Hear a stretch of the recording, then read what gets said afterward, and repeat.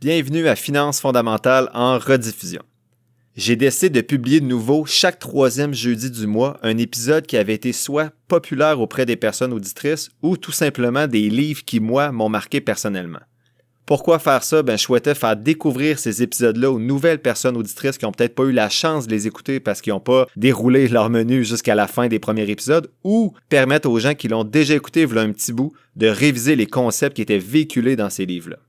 Si vous avez déjà écouté cet épisode-là et que vous n'êtes pas intéressé de le réécouter, je vous invite tout simplement à écouter l'épisode qui sera publié mardi prochain, comme d'habitude. Soyez prudents, il y a peut-être certaines informations qui sont véhiculées dans cet épisode-là qui sont plus à jour maintenant, donc faites preuve de jugement. Sur ce, bonne écoute! Hey, salut tout le monde! Vraiment content d'être avec vous aujourd'hui. J'espère que vous avez passé une belle semaine, que vos finances vont bien, que vos rendements boursiers vont bien. Donc, cette semaine, on fait ensemble la synthèse du livre de Morgan Housel qui a été publié en 2020, qui s'intitule The Psychology of Money. À partir d'ici, je vous résume des livres sur les finances en général et la bourse. Il n'y a plus vraiment d'ordre particulier. Donc, rendu à ce moment-là, j'avais adopté ma stratégie qui tient encore, soit 100% FNB passif indiciel, sauf pour le 30% de mon CELI. Donc, je vous invite à voir l'épisode 20 pour bien comprendre ma stratégie. Je vais peut-être même des fois aborder certains livres sur le développement personnel en lien avec les finances. Donc, surtout des livres reconnus comme des classiques en anglais. C'est plutôt, il y a beaucoup de livres du côté anglophone, mais je vais essayer de vous résumer aussi beaucoup de livres francophones, mais surtout québécois. Le livre d'aujourd'hui, c'est un exemple parfait, c'est un des best-sellers américains dans le domaine des finances. En fait, à partir de ce moment-là, dans ma vie, je cherchais juste à rester à flot. Je cherchais plus nécessairement je cherchais plus une stratégie d'investissement. Je croyais, puis je crois encore avoir trouvé à ce moment-là une stratégie adéquate avec les FNB passifs indiciels. Donc, je restais juste à flot pour m'informer, même si parfois il y a beaucoup de répétitions. On apprend un peu moins, mais on retient toujours quelque chose de différent dans chacun des livres. Donc, on va peut-être aller plus loin dans des sujets comme le décaissement, les habitudes financières et l'argent dans le couple. Aujourd'hui, on aborde davantage la psychologie et l'argent. Donc, dans ce livre-là, on se rend compte que la réussite financière, c'est pas une science exacte, c'est plutôt une compétence et non une technique. Donc, la façon que vous allez vous comporter est plus importante que ce que vous savez. Dans son livre, Morgan Housel vous apprend à avoir une meilleure relation avec l'argent et à prendre des décisions financières plus intelligentes. Au lieu de prétendre que les humains sont des machines à optimiser le retour sur l'investissement, l'auteur vous montre comment votre psychologie, votre mental peut jouer en votre faveur ou en votre défaveur sur le marché boursier. Donc, le premier élément que je synthétise aujourd'hui par rapport à ce livre-là, c'est payer le prix. L'auteur dit qu'il faut accepter la volatilité boursière, payer ce prix-là, donc accepter des grosses baisses pour avoir accès au rendement. Si vous choisissez d'investir et de construire votre patrimoine, il y a un prix à payer. Et ce prix-là est souvent caché, ce sont les hauts et les bas de monsieur le marché boursier qui va vous mener souvent en bateau. C'est aussi l'incertitude et la peur qui vont surgir de temps à autre dans votre esprit, à mesure que les conditions du marché et votre situation personnelle vont évoluer. Vous devez être prêt à payer ce prix-là si vous voulez investir, surtout si votre stratégie est plutôt active et non passive. Je peux en effet vous dire que mon 30% dans mon CELI, en fait c'est plus 40-45% dans mon CELI, j'ai pas réussi à balancer mon portefeuille encore. Je peux vous dire que ce petit 30%-là me stresse plus que tout le reste de mes régimes épargne-études, le REER de ma conjointe et mon REER à moi qui sont passifs, parce qu'il y a des titres qui vont descendre de 30-40% sur une année, alors que quand tu suis un indice d'un marché boursier, tu vas peut-être descendre de 10-15%, mais c'est rare que tu vas avoir des chutes de 70%, comme j'ai connu avec mon super Meta l'année passée. Donc la seule façon de faire face au prix à payer sur le marché, c'est d'accepter que ces risques-là existent et d'être prêt à payer justement le prix demandé. Donc il faut être capable de faire face à la volatilité, à l'incertitude, ça fait partie du jeu auquel on participe quand on investit en bourse. L'auteur mise aussi beaucoup sur la différence entre la théorie et la réalité. Il dit qu'on n'est pas des robots, on a beau nous informer de ce qui s'est passé avant, comme les cracks boursiers, ou la façon dont les actions vont évaluer à la hausse et à la baisse, donc la volatilité est normale au fil du temps. Donc c'est quelque chose que dans les livres, ça peut être, on peut le lire dans les livres ou l'écouter sur un podcast, mais quand on va le vivre, l'expérience réelle de cet événement-là va venir chercher nos émotions comme on peut pas nécessairement le prévoir. Il faut donc être prudent, vous pouvez penser que vous êtes capable de conserver vos actions pendant une baisse de 30% du marché parce que vous savez que seuls les idiots vont vendre leurs actions au niveau plus bas, mais c'est juste lorsque vous allez vivre ce sentiment-là que vous allez savoir ce qu'il faut faire et si vous êtes capable de le faire. Donc, il faut être capable de payer le prix de la patience aussi ou de l'impatience. Donc, les décisions d'investissement qu'on prend ont 99% du temps pas d'importance. C'est les décisions qu'on va prendre pendant un petit nombre de jours, donc le 1% de nos décisions, lorsque quelque chose d'important va se produire, soit une baisse massive, comme lors du COVID, un marché effervescent, une bulle spéculative qui vont faire toute la différence. Donc, Warren Buffett, par exemple, a détenu 400 à 500 actions au cours de sa vie et il a gagné la majorité de son argent avec environ 10 d'entre elles seulement. Deuxième élément de cette thèse, c'est « Ne soyez pas trop greedy ». Donc, le capitalisme va créer de la richesse, mais aussi de l'envie. Attention à la comparaison sociale, il y a toujours quelqu'un qui va en avoir plus que vous, il y a toujours un plus gros poisson à attraper. Attention de ne pas tout perdre ce que vous avez en voulant devenir plus riche que vous l'êtes. Il faut parfois accepter qu'assez c'est assez de satisfaire des rendements, par exemple, moyens, normaux, et non pas toujours essayer de faire des coups de circuit. Est-ce que vous êtes greedy? C'est sûr que vous allez répondre non, du moins c'est ce que vous vous dites. On aime tous avoir une bonne opinion de nous-mêmes et de mettre notre malheur ou notre malchance sur d'autres raisons que nos décisions ou nos émotions. C'était le cas de Jesse Livermore, selon l'auteur, c'est un trader qui est né en 1877. Avant le célèbre crack boursier de 1929, il avait pris une position, donc il avait shorté les actions en pariant sur le déclin du marché. Il a gagné plus de 100 millions de dollars, soit l'équivalent de 1,6 milliard aujourd'hui. Par contre, au lieu de profiter de sa richesse pour profiter de la vie, Livermore s'est senti invincible grâce à sa transaction gagnante. Donc, il pensait qu'il pouvait prévoir le marché boursier. Naturellement, si je vous en parle, vous en doutez, mais il n'a pas tardé à perdre tout ce qu'il a gagné en effectuant plusieurs mauvaises transactions par la suite. Donc, cette chute soudaine l'a poussé au bord du gouffre, puis malheureusement, il s'est suicidé. Le problème, c'est que son succès l'a poussé à vouloir une part encore plus grande du gâteau, alors qu'il y avait déjà plus de gâteaux que quiconque pourrait souhaiter en avoir dans sa vie. La leçon à en tirer, c'est la suivante selon moi. Soyez pas greedy, soyez pas avide, et apprenez à être un peu plus humble par rapport à vos propres compétences. Lorsque vous avez déjà obtenu ce que vous souhaitez ou vous avez accompli des objectifs importants dans votre vie, apprenez à être reconnaissant, à maintenir votre statut et à profiter du présent au lieu de toujours chercher à obtenir plus. De plus, si vous avez peur de perdre tout ce que vous avez, vous ne serez pas heureux de tout risquer pour des gains qui sont seulement potentiels. C'est facile aussi d'avoir des objectifs qui arrêtent jamais de bouger. Donc une fois que vous avez atteint vos objectifs, vous regardez vers l'objectif suivant. Et le cycle va jamais s'arrêter. Cette attitude est souvent motivée par la comparaison avec les autres, donc on se compare souvent à quelqu'un qui est au-dessus de nous dans l'échelle sociale ou l'échelle professionnelle à laquelle on essaie de grimper.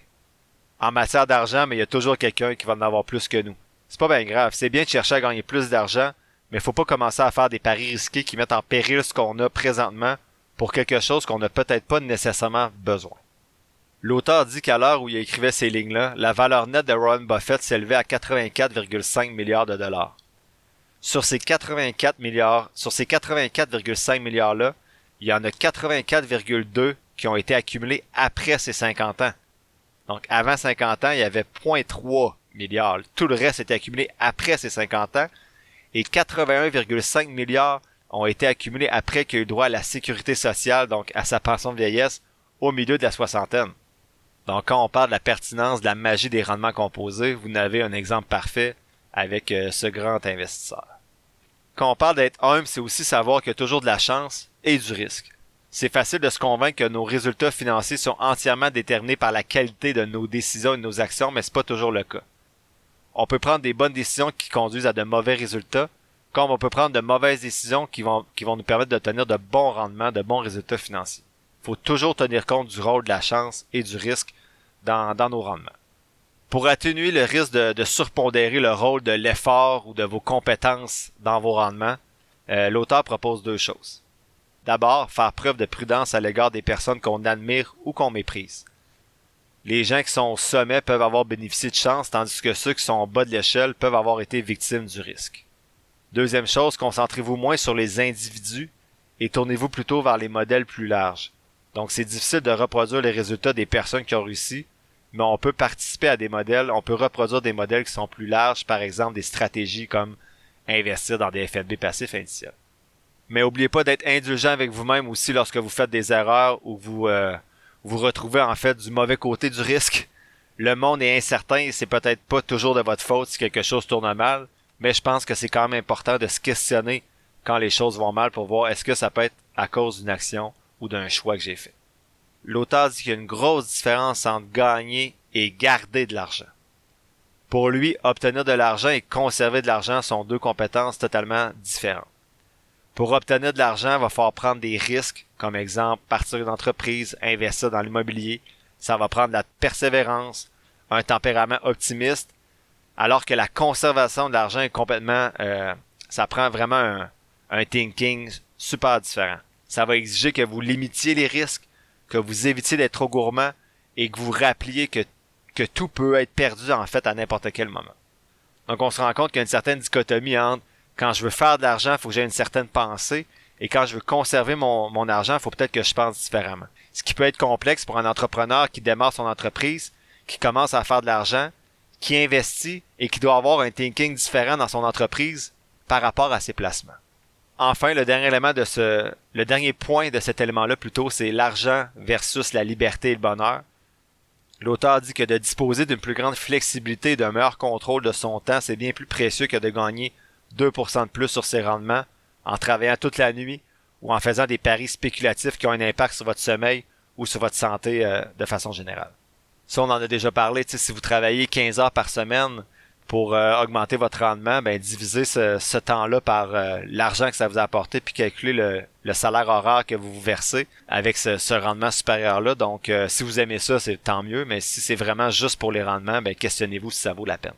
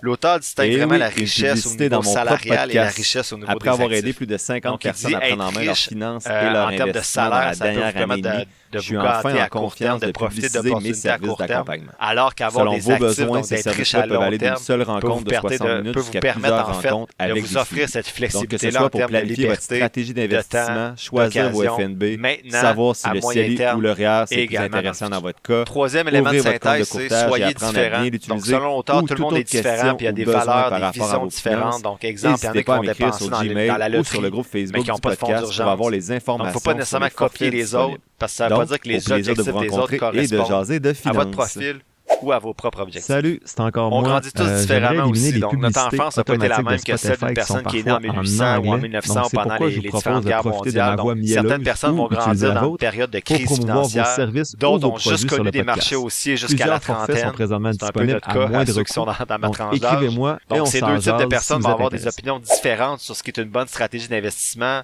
Savoir c'est quoi un bon portefeuille, est-ce qu'on doit avoir des actions, des obligations, quel niveau de risque on doit prendre, qu'est-ce qui vaut la peine d'être fait sur le marché boursier. C'est sûr que quelqu'un qui a vécu la crise financière de 2000 ou de 2008, que ce soit vos parents après de la retraite, vos grands-parents, on va peut-être avoir une crainte un peu plus grande que des gens comme moi qui ont commencé à investir seulement quand les marchés boursiers étaient haussiers. En effet, on pense parfois qu'on n'a que notre subconscient n'y est pour rien, mais il y a une étude qui a été menée par Ulrich Malmendier et Stéphane Nagel qui prouve que les gens investissent en fonction de la situation économique dans laquelle ils se trouvaient lorsqu'ils étaient jeunes adultes.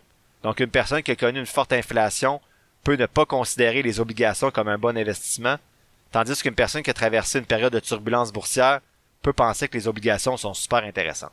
C'est donc important que vous preniez conscience de votre subconscient, en fait, que vous reconnaissiez vos préjugés peut-être par rapport au marché boursier, afin d'être en mesure de les atténuer puis de faire de meilleurs choix par rapport à votre stratégie. D'une manière générale, toute décision financière devrait toujours reposer sur des analyses solides, des faits et un esprit ouvert à de nouvelles perspectives et surtout de toujours être critique par rapport à ce qu'on vous propose.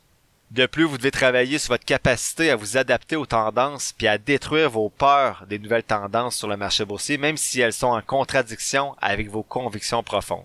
Le marché boursier laisse pas la place à la subjectivité, aux préjugés, aux décisions impulsives. Les investissements précipités peuvent même effacer des années d'épargne, tandis que les investissements réfléchis peuvent accélérer votre parcours vers votre liberté financière. Donc, si vous êtes jeune puis que vous gagnez plus que vous dépensez, la meilleure façon d'optimiser le rendement de vos investissements à long terme, c'est de placer la majorité de votre argent dans un portefeuille diversifié, indiciel à faible coût.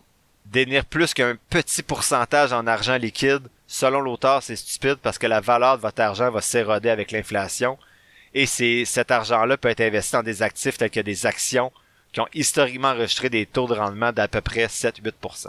Bien que ce soit séduisant de vouloir investir 100% en actions lorsqu'on est jeune, ça ne tient pas compte de la psychologie humaine.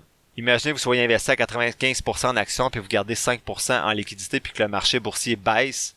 Vous paniquez parce que vous pensez avoir besoin de cet argent-là et que vous vendez plusieurs de vos actions lorsque le marché boursier chute. Bien, vous allez peut-être miner le rendement que vous auriez fait si vous aviez accordé un plus petit pourcentage en actions et que vous avez gardé plus de liquidité dans votre compte. Donc, même si théoriquement, on est mieux d'être investi à 100% toujours, dans la vraie vie, la psychologie humaine fait en sorte qu'on est peut-être mieux de se garder un 10-15% en argent pour éviter dans les chutes boursières de paniquer et de vendre nos actions, ce qui minerait encore plus le rendement qu'on aurait eu si on avait eu moins d'actions puis un peu plus d'argent dans notre compte épargne ou dans un type de véhicule de placement qui nous permet de retirer rapidement notre argent et dans lequel notre capital est en sécurité et garanti. Personnellement, j'investis 100% de mes avoirs. J'ai un petit fonds d'urgence bien sûr, mais sinon je garde pas nécessairement d'argent en liquidité dans mon compte de courtage. J'investis à 100%, mais je le sais, j'ai vécu une petite baisse COVID, j'ai vécu des grosses baisses dans certains de mes titres que j'avais sélectionnés de façon individuelle. Donc j'ai jamais paniqué. Donc je crois que je suis en mesure de supporter ça, mais on le sait jamais. Peut-être que je vais vivre une baisse de 50% un jour et que j'aurais dû garder une certaine partie en cash pour ne pas paniquer. On verra en temps et lieu, mais pour l'instant, je m'en sors bien du côté des émotions. L'auteur dit que c'est justement ce qui lui est arrivé lors de la baisse du COVID, lui, en mars 2020. Il disait qu'il était trop investi et qu'il n'y avait pas beaucoup de réserves de liquidité, ce qui l'a conduit à vendre une partie de son portefeuille en panique. Et il dit que ça a été une erreur très coûteuse, autant financièrement que psychologiquement, parce qu'il a assisté ensuite à un des renversements des marchés les plus rapides de l'histoire. Donc ça l'a amené, lui, à réévaluer sa théorie de l'investissement.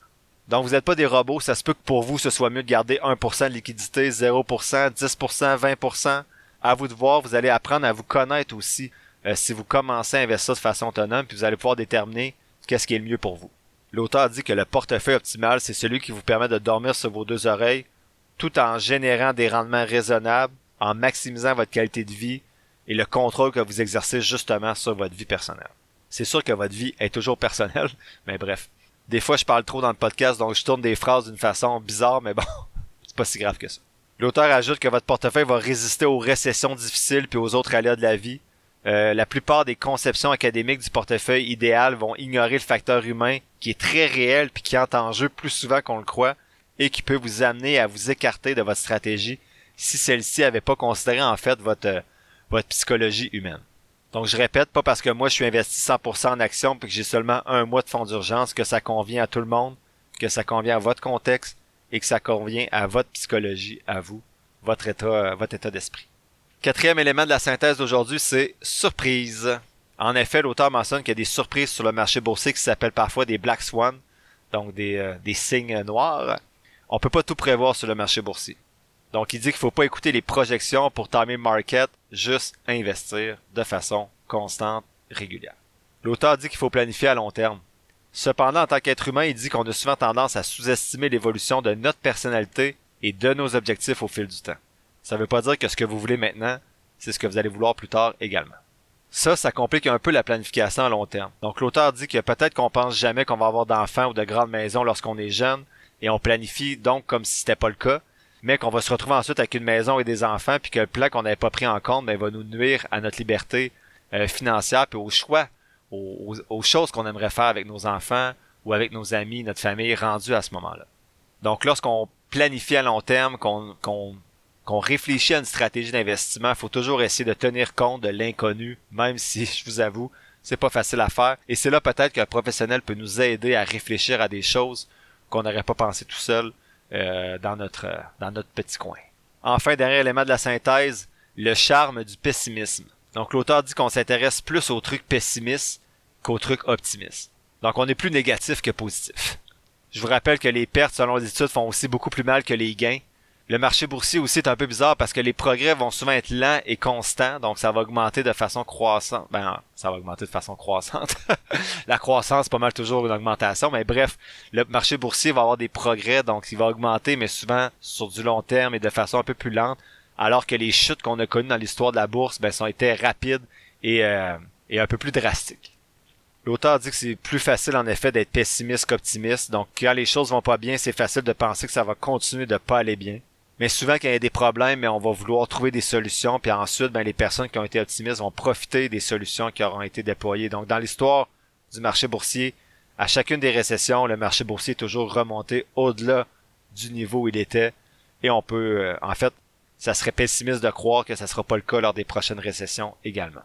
En conclusion, le livre Psychology of Money explore la façon dont l'argent va circuler dans une économie et comment les préjugés personnels, votre psychologie personnelle et vos facteurs émotionnels vont jouer un rôle important dans vos décisions financières et également comment penser de façon plus rationnelle pour prendre de meilleures décisions lorsqu'il s'agit de votre argent.